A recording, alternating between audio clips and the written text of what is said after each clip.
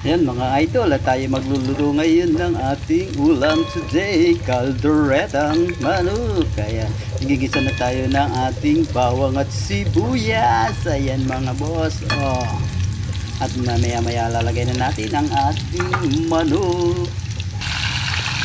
Ayan mga boss, ating manok nilagay na natin at ating pipirutuhin. Ayan natin mga boss. Oh. Gisa-gisa lang muna.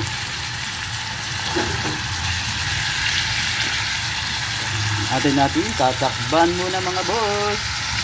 Mga boss, tinakban muna natin ang ating manok. At ito naman ang ating sinaing. Oh. Kumukulo-kulo na siya.